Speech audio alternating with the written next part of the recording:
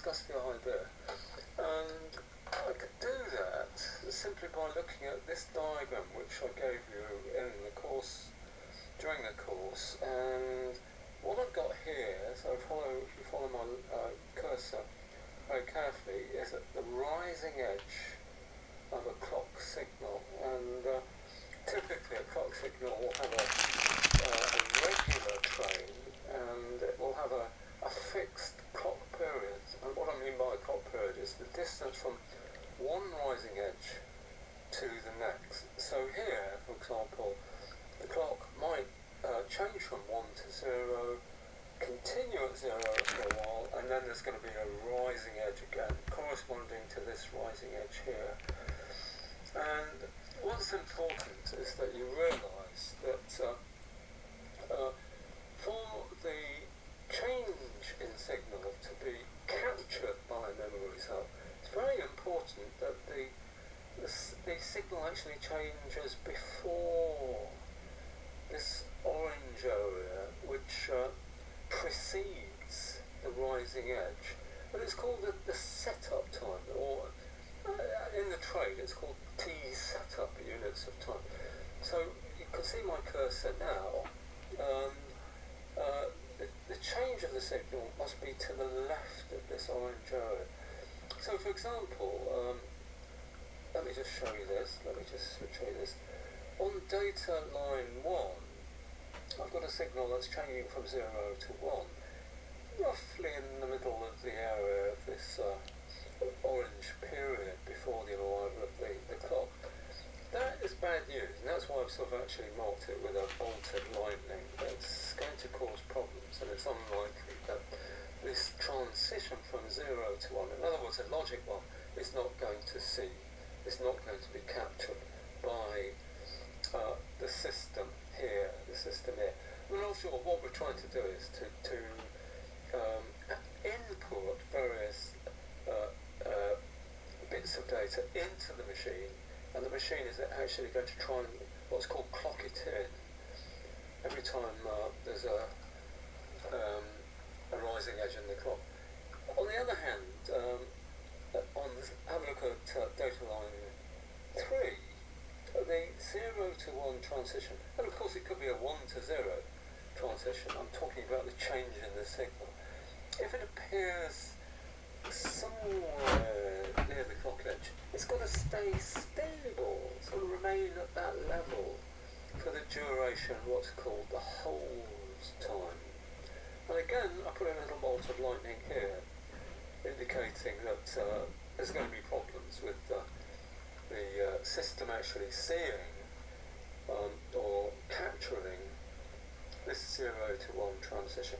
On the other hand, which is ideal, you can see on data line 2, I've got a 0 to 1 transition which occurs before the orange setup period of time. And also it stays at the given level to which it's just changed for at least a whole time period. So that's perfect. Yeah, that's perfect.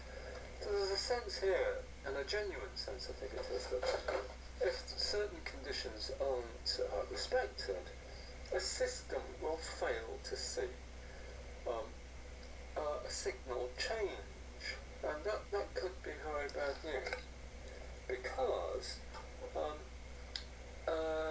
it might be a very important signal. I mean, it might represent an emergency situation, or it could represent a critical bit of information that's actually needed for the correctness of a calculation. Well, let's sort of move on a little bit. And what I want to discuss with you is what's the general synchronization problem? And I can represent it by this rather rough and ready diagram. But let me explain it to you. I've got a clock signal here, so just follow my cursor for a couple of minutes, and rising edge here, falling edge here, rising edge here. So what I can say is that the period of time from either a falling edge, represented by this this line here to the next falling edge, or the period of time from the rising edge to the next rising edge is called the clock period, and I've called it in this diagram T sub P, TP. It's the clock period, P for period, clock period. And so this represents the system into which I want data to be input and data to be captured or seen. But have a look at this. Have a look at this input. Okay, so this is an input, and only for a very short period of time is it at logic 1. So there's a little relatively small pause, and I'm going to. Okay, so I'm sorry. Let me just correct myself. The distance between a falling edge and a falling edge, I've called the clock period, but I actually named it T sub C. Here, I've got a narrow width of an input pulse, and I'm calling it TP. But as you can see, TP is very small relative to TC, the clock period. The clock period. And I just told you about the importance of having data, for example, this 0 to 1 transition, and this period where the signal is 1, it should be ready in good time for the arrival of the clock edge. And moreover, it should be stable, i.e. unchanging, for a period of time called hold time. But have a look at this diagram. Clearly, the signal changes at a time and a place nowhere near the arrival of a positive edge. And you might wonder, well, why am I talking about positive edges? Because, well, my current model of a device that's capable of capturing or memorizing one bit of information is what's called a positive edge triggered D-type flip-flop. And it's a bit of a mouthful, but it just means it's a device that is capable of capturing a change in the signal as long as it happens. Setup units time before the arrival of the clock edge, and it stays stable for a period of hold time. So that's all we need to know. I mean, we don't need to make it any more complicated than that. So I can actually define. So this is a crystal clear definition of what the synchronization problem is all about. It's a situation which arises when the length of the clock pulse, TP, is less than, or perhaps a lot less than the clock period. Okay, TC, it's a lot less than TCP. So that, for example, if the pulse occurs after the clock if the pulse actually occurs as it does in this diagram after the arrival of the clock edge, we're going to get ourselves into problems. It doesn't satisfy the condition for the device remembering the bit of information on the line.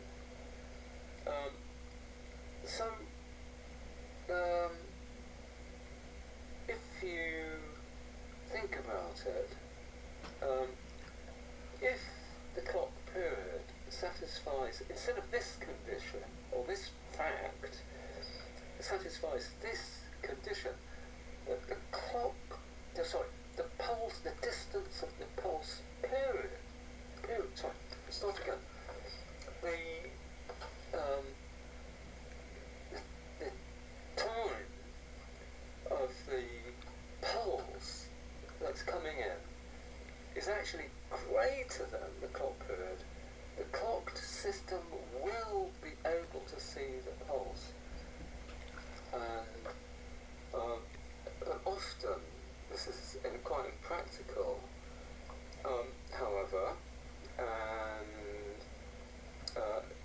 special wands catching cell might be appropriate to capture a very narrow pulse. And I actually gave you what appeared to be quite a complex circuit, but I didn't tell you what the purpose of the circuit was and what it actually did. It captures, no matter how short the pulse is, it will, in a sense, transform the narrow pulse into a stable signal. Perhaps it could be logic 1 or logic 0, for as long as you like, and you can just switch it off when you've seen it. Alright, so just remember that.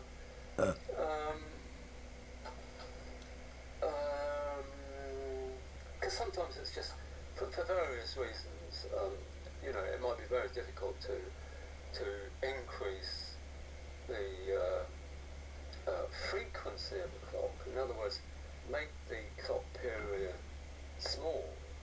I mean, for all I know, the clock period might have been engineered to be as small as this, and the engineers might tell me, well, you can't make it any smaller without something going terribly wrong in the system.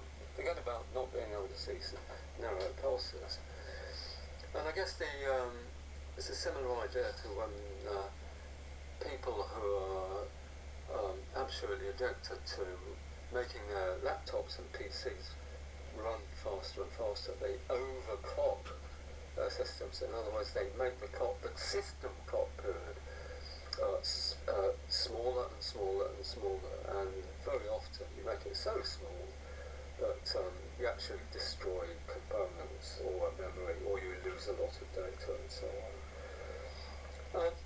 And thirdly, but it's not lastly, thirdly, I want you to think very carefully about what a handshake is and why it's necessary. Just to give you a little bit of background, a handshake involves the transmission of signals in both directions between two systems when it's not clear, it's absolutely not clear whether one of the systems, A, or maybe the other system, B, is actually operating faster than the other system. And what you could do is to arrange for the two systems to safely communicate by means of getting them to perform a handshake. Let me just say a word or two about that. There are two sorts of waveforms which actually show a full handshake. One's called RTZ, return to zero, and the other's called non-return to zero. And if you want to, you can. It's entirely possible for you to actually describe a handshake in terms of the sort of rather naive, informal way in which I introduced it weeks ago to you. I mean, the handshake between you and me consists of the following scenario. I raise my hand, and I'm going to keep it raised for as long as it takes for you to see my hand being raised. At which point, you're going to raise your hand. And as soon as I've seen you raise your hand, you might have to keep your hand. If I'm a slow machine, I might. If I'm a very, very. Let me try again. If you're a very fast machine, it might take a while for me to actually see your hand raised, or is it the other way around? If you're slow, if you're slow, if you're raising your hand and you're raising it for quite a long period of time, the chances are, if I'm a faster machine than you, I'm going to see that almost straight away. So when I do see your hand raised, what I'm going to do is lower my hand, and that's going to. I'm just going to lower it and wait, and at some point you will see me lower my hand, in which case you lower your hand. And what we've actually done is to communicate. We've actually synchronized on a particular event. And what I mean by that is that when I raise my hand, you're going to acknowledge having seen that by raising your hand. And I'm going to acknowledge having seen you drop your hand. Sorry, I'm going to acknowledge the fact that I've seen your hand by lowering my hand. And if I lower my hand, you will see that. And it's really an acknowledgement of your acknowledgement. Okay, so what might happen in a sort of general scenario is that the reason I want to communicate with you is simply because I want to send a request to you, and the reason for that is that it's actually got some data on a bus ready for you.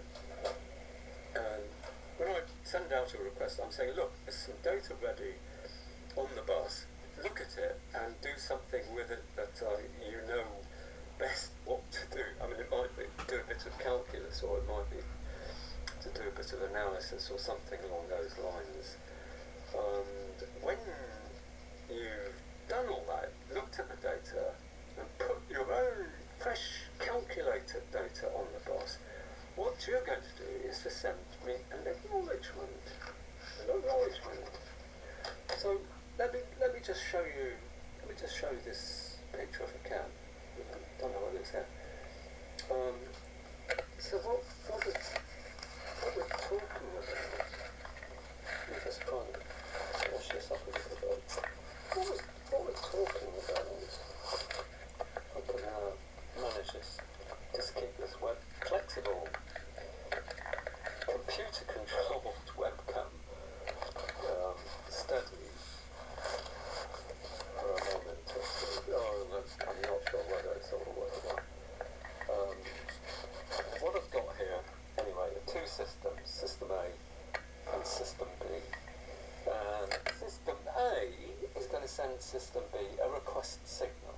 Now it could just be a 1 put a 1 on the wire. And I'm going to keep it at 1 until eventually I get the app back. But in between my sending the request and having put data on this data bus here, and having what happens at some point is that I get an app, and that just means, well, Kinberg, I've done what you've asked me to do, and I put some data on this bus. It's all yours. It's all ready to go. So the fact of the matter is, other things being equal, I have no idea how fast this machine is relative to the speed of this machine. And as I said, if A is very, very fast, I might send a bit to B, which lasts a couple of nanoseconds. It's not fast enough for poor old machine B to actually see it at all. And what do you mean, Kenbrook? I mean, maybe because the situation holds that we've just described a few minutes ago, the System B will fail to see the request line coming in unless I keep it on for long enough so that I make sure that B does see it. In other words, we do perform this kind of handshake. And it's important also that when B has seen the request, it's done something I've asked it to do, it's finished putting data on this data line, if you can see there, and then it sends me an app. Now, if I'm very, very slow, there's every possibility that the app, which lasted for a millisecond, I won't have seen. But obviously, it's very, very important that I do get to see it. So System B has got to make sure that I do see this acknowledgement. And so for the reasons, so for all the reasons we've been looking at, let me see if we can find the original. actually quite important for two systems occasionally to perform a full handshake. And another way of looking at it is this. So you have to just concentrate for a few minutes. So this symbol here represents a bus, and all the inputs on the bus are changing, and they've stopped changing when you get to this X here. At this point in time, all the data that I want to send to device B, I think it's so actually no device B here. No, let's call it device A. And this is, I don't know. So I'm sending a request out. Look at it, 0 to 1. That means I'm requesting something, and I'm keeping it at logic 1. And I'm going to keep it at logic 1 for as long as it takes for everything to happen properly. So as soon as this machine here, let's not call it a name, it's being told to do something with the data, it's going to change the data on the bus. Which bus? It's the bus, I guess, coming from over here. And when all that's steady and stable and this machine's finished, it's going to send me an acknowledgement. So if you want to know what these black arrows are, I mean, it's causes. So the fact that I've got this system's prepared lots of data for me to consume, it's going to let me know by sending me an ACK. And this causes me to start altering the data on the data bus, and at which point, when all the next batch of data I'm sending this system is all ready to be consumed, I can send it a signal, a request signal. This time it's caused by changing the request line from 1 to 0, and that causes blah blah blah this system to do a calculation, and then it's acknowledgement, acknowledges it. Okay, so this signal, for I think what might be an obvious reason, it's called a non-return to 0 signaling scheme. Non-return to 0 handshake. And all that term means is that, okay, well, I issue a request by a 0 to 1 signal, and when all that's come about, I can signal another request by then returning it to 0. The second request is going to be a 1 to 0 transition. And that's in contrast to these waveforms here. Let me just have a quick look. Here, the first system is preparing data, then I send out a request, and that causes the other system to compute something on the data I've sent it, and put all that data on the out bus, and when it's all finished, all the signals are stable, it can let me know by sending me an ACK. And the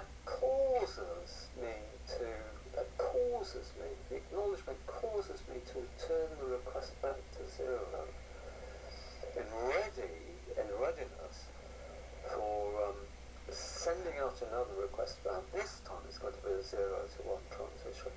So have fun coming to understand this. It's quite important.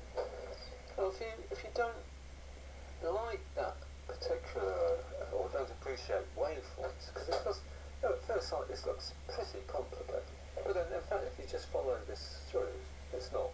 You remember, a request will cause eventually an acknowledgement to be sent, and the acknowledgement will be kept steady until I've actually seen it. Right? For example, here,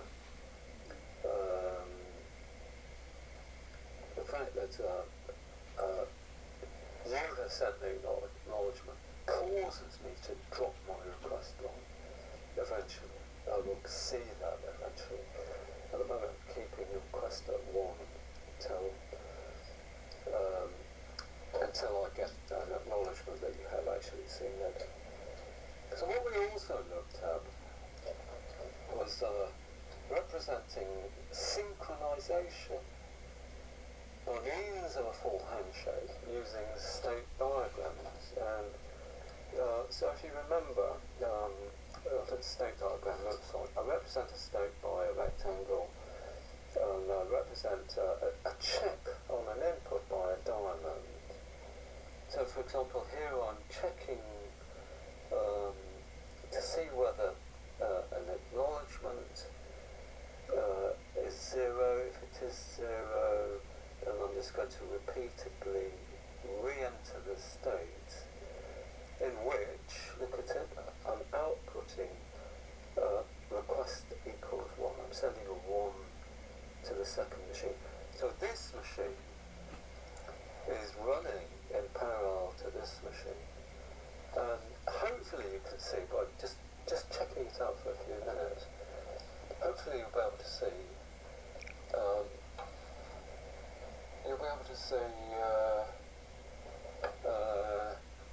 sending out a request, and if you don't see it here, look, this is like a decision box. If you don't see request equals 1, I'm just going to go back into the state, do nothing, check again, no, I still haven't seen it, no, maybe go around 1,000 times, and then eventually, goodness, because I've kept the request, I'm sending out a 1 for as long as it takes for you to see it.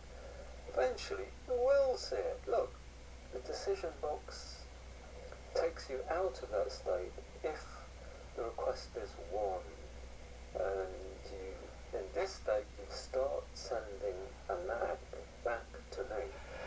And I am going to wait in this state, just continuously sending out the signal request as 1 until I see the acknowledgement. Well, perhaps I don't see it straight away because maybe I'm fast, very fast, and I'm not going to see your little narrow. I don't know. I might not see your signal for all the reasons that we've explored today. But eventually, this machine will see the act being 1, and it'll now leave this first state and move into this state here. And eventually, you will actually see, I mean, this is very clever, but kind of difficult. This machine over here will eventually see that request has gone to 0. Look, at 0, you just leave that state. You've done your business. You've acknowledged the request. You're now going to drop the request, and eventually, this machine will see the request is 0. It'll leave that state. So we performed this rather intriguing handshake. It'll be quite nice, if you, come on, I mean, just clear your heads and think about it. It'll take you about 20 minutes.